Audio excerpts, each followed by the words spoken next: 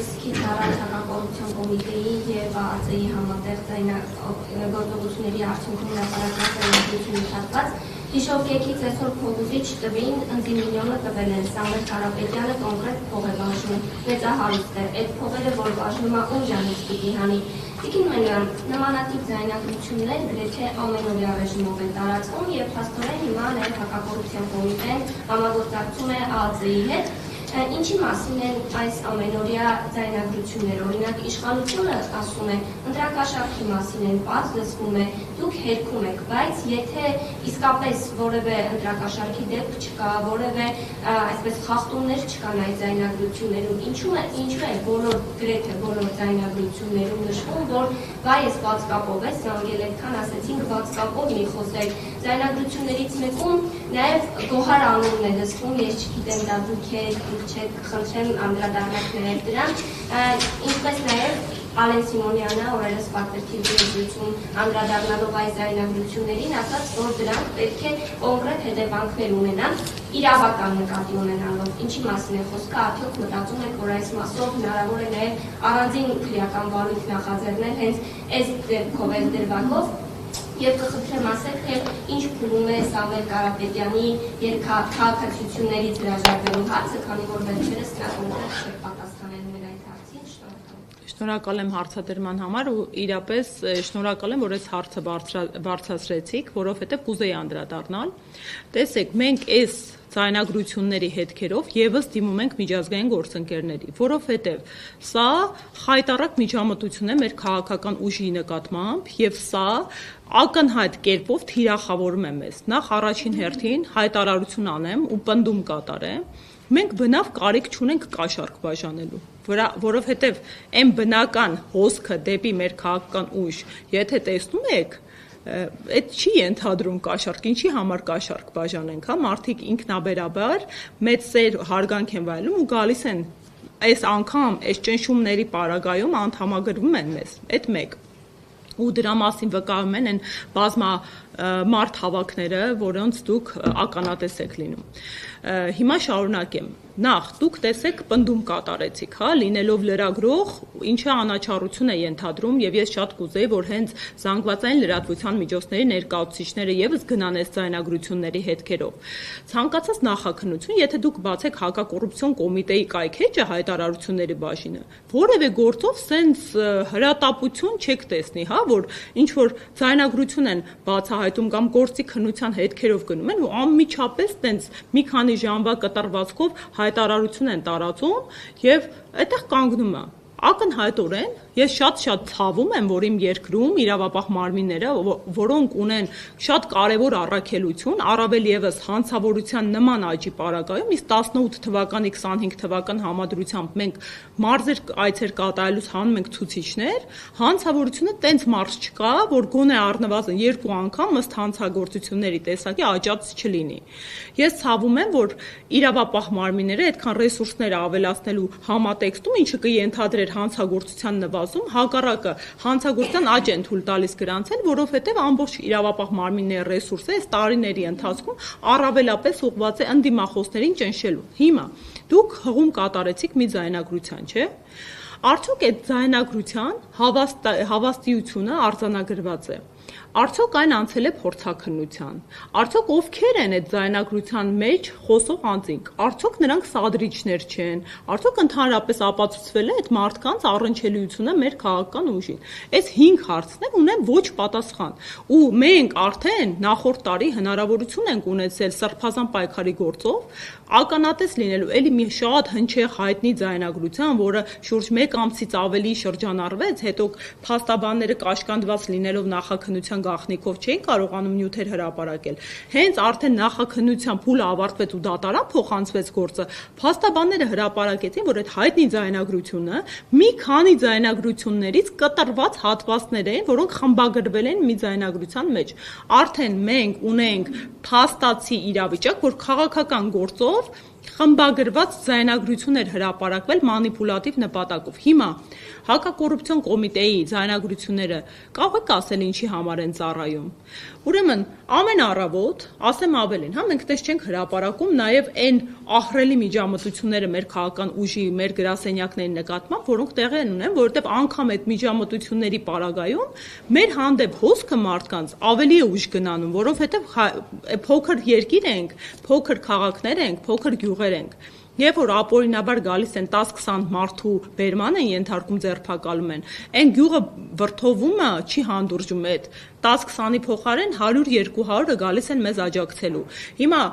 ամեն օր գրեթե ամենօրյա ռեժիմով արդեն հեսա 400-յակին կհասնենք։ Մարդ է ձերբակալվում։ Մեր քաղաքական ուժից նոր կարմիր գիծել են հատում, մարդկանց տանում են մարմիններ, քնչական, ու թույլ չեն տալի փաստաբանների մուտքը։ Իսկ ինչ են անում այդ ձայնագրությունների հետ։ Ձայնագրությունները վերցնում են պաշտոնատար անձինք, նախարար, վարչապետ, падգամավոր ու Facebook-ապետության տրամաբանության մեջ սկսում են ռիլեր ու փոստեր անել։ Կարող է որ իրանք այդ ռիլերի փոստերի տեղը մի քիչ գործ անեն, այսքան վատ չլիներ մեր երկրի վիճակը։ Իսկ երկրի վիճակը շատ վատ է։ Աղքատությունը ցույց են տալի 1%-ով նվազել է։ Մարզեր ունենք, օրինակ Տավուշն ու Վայոց ձորը, աղքատությունը գրեթե կրկնապատկվել է։ Միտեղ 25%-ից է հասել 38%-ի, միտեղ 18%-ից հասել է համարյա 40%-ի։ Գյումրիում հասել է 43%-ի աղքատությունը։ Դուք պատկերացնում եք այդ ինչ ցուցիչ է։ Կարող է ժողովրդագրությամբ զբաղվեն, ասենք բնակչության աճը, որը բնական աճը մեր երկրի -40% է դարել, էլի համեմատությամբ ասեմ ավելի, ընդամենը 2 տարվա։ Այսինքն մահերը ծնելիությանը գերազանցում են։ Ամուսնալուծությունները տոկոսով ավելացել են, ամուսնությունները պակասել են, ծնելիությունը պակասել է, ասեմ ավելին։ Երևի քիչերն են տեղյակ նոր պետական նպաստի մասին, եթե 14 թվականից ի վեր ընտանիքներին, 3-4 երեխայի համար տալիս էր պետությունը 1 միլիոն դրամ, իսկ 5-րդ երեխայից սկսած 1.5 միլիոն դրամ, այլևս սեպտեմբերի 1-ից, եթե այս իշխանությունը մնաց, ցանկացած երեխայի համար ընդամենը 500,000 դրամ նպաստ են տալու։ Ինչու՞։ Դեմոտիվացնում է պետությունը բնակչության աճը։ Իսկ ինչու է դեմոտիվացնում։ Այն էլ մեր բնույթի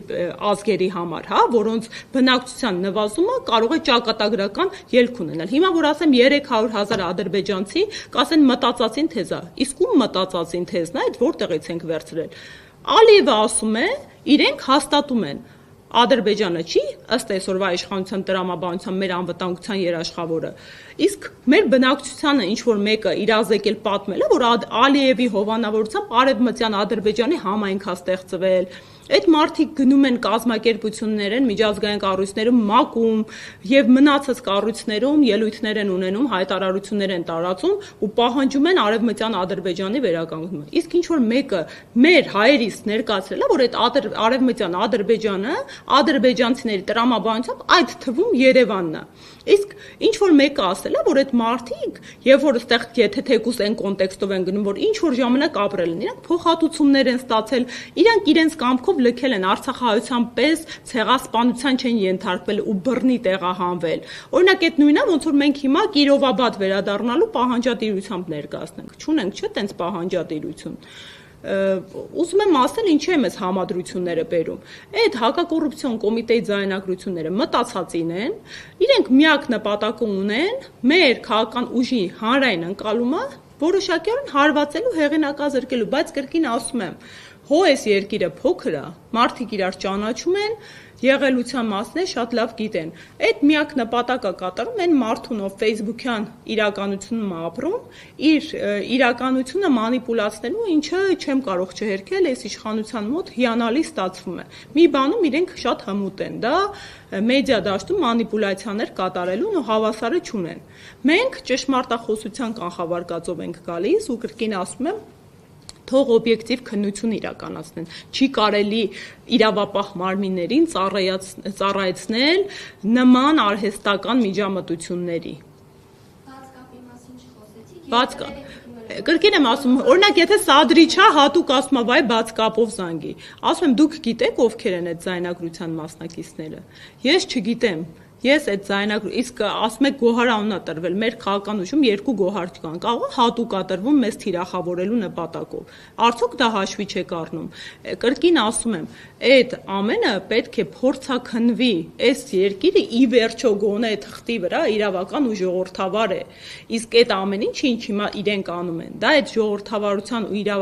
իրավականության տրամաբանությանը հակասում է։ Չէ, դուք ասում եք նման ընթերցեցիք, հղում կատարեցիք ձայնագրությանը, ասում եք նման ձայնագրություն կա, որը ասում են ու որը ձեզ կավորում են։ Ըստ էության դուք այդ ձայնագրությանը հավաստիության կանխավարկածով եք մոտենում։ Չէ, ես ձեզ հարցնում եմ, ասում եմ, իրենք հրապարակում են, ես փաստ եմ ասում, փաստ է, չէ՞ որ որ վերադառնաք ձեր ձայն, հա, ես փաստ է, որ վերադառնաք ձեր հարցադրմանը կտեսնեք ինչ պնդում էր, էլի, երբ ասում եք ձեր ուժի վերաբերյալ նման ձայնագրություն է։ Դե ես էլ ասում եմ, ես ասում եմ, որ այդ հաղորդագրությունները ունեն հավաստիության լրջագույն խնդիր եւ ես կխնդրեի հենց որպեսզի դուք զանգվածային լրատվության միջոցների ներկայացուցիչներդ ես օրինակ նոր իրազեկումներ արեցի, հա, սրանց հետքերով գնալ, եթե իրապես դուք շահագրգռված եք, որ մեր երկրում լինեն օրինական ընտրություններ, հա, որ մեր երկրում այս հիբրիդային իրավիճակը վերացվի ու նորովերտոնի պատուհանները փակվեն, որովհետեւ արդեն սկվայսնյակ է, հա, մեր երկրում մրսում ենք։ Իրապես հենց ես շատ եմ գնահատում զանգվածային լրատվության միջոցների ներկայացուցիչներն ու ձեր ուժը։ Ես 5 շարժում եմ անցել ընդդիմադիր ու տեսել եմ թե ինչ կարող եք դուք անել, երբ ամբողջ պետական համակարգը մեր դեմ է աշխատում ու կրկին, հա, այս ընտրություններին մեր զորավիգը նաև դուք եք, դրա համար է հրավիրված այս մամուլի ասուլիսը, որովհետև պատահական չի, որ դուք եք 4-րդ իշխանություն կոչվում։ Ալեն Սիմոնյանի եւ Սամվել Կարապետյանի մասին հարցերին Ինչեր կներեք Սիմոնյանը ձայնագրություններին անդրադառնալով նշել է, որ սրանք պետք է կոնկրետ իրավական հետևանքներ ունենան եւ Սամվել Կարապետյանի քաղաքացիության Հա, ես կուզեի, որ նաև իրենց հայտարարությունները իրավական հետևանք ունենան, եթե իրավական երկրում ապրենք, օրինակ, երբ վարչապետը իրեն թույլ է տալիս մարդուն սպառնալ բոմբ սարքելով։ Եթե նորմալ իրավական պետություն լինեինք, արդեն քրեական գործ հարուցված կլիներ եւ նոր չէ որ այս հայտարարությամբ, հա, բազմաթիվ դրվագներ կան դրա համար, քաղաքացիության հետ կապված է բազմիցս անդրադարձել ենք, թե պարոն Կարապետյանը, թե պարոն Վարդևանյանը, որ որևէ մեկը չի հերքել, որ Հայաստանի Հանրապետության քաղաքացիության զուգահեռ Սամվել Կարապետյանը այլ երկու պետության քաղաքացիություն ունի, դա նորմալ է իր մասշտաբի մարդու համար, ասեմ ավելին, այդ շատ երկրներում նման հեղինակավոր մարդկանց քաղաքացիություն նաև շնորհվում է, պետությունն է նվիրում ու առաջարկում, իսկ դրանից հրաժարվելը հատկապես երբ որ մարդը տվյալ երկրում ֆիզիկապես ներկա գտնվելու հնարավորություն չունի, տեխնիկապես բավականին խրթին գործընթաց է դառնում, հա, որովհետև պետքա միջնորդավորված լինի, պետքա գործընթացներ անցնեն, կրկին այլ պետության մասին է եւ կրկին այն իրավիճակի մասին է, որ պարոն Կարապետյանը նոր հնարավորություն ունի ավելի ազատորեն գործելու գոնե իր տան շրջանակներում։ Հետևաբար մեկնարկները տրված են, ինչպես հայտարարել են, ու գործընթացը շարունակվում է։ Հիմա ինքը կոնկրետ ժամկետով սահմանված չէ, հա, որ այս երկրում քաղաքացիությունը երբ է դադարում։ Այդ հարցերին, թե երբ դադարեցմամբ կոնկրետ դե յուրե իրավիճակը կունենանք, պարոն Վարդևանյանը կարծում եմ ավելի ճշգրիտ կպատասխանի, բայց ես իրազեկեմ, որ ինչպես հայտարարել ենք, արդեն քաղաքացիություններից հրաժարման գործընթացը մեկնարկել էր։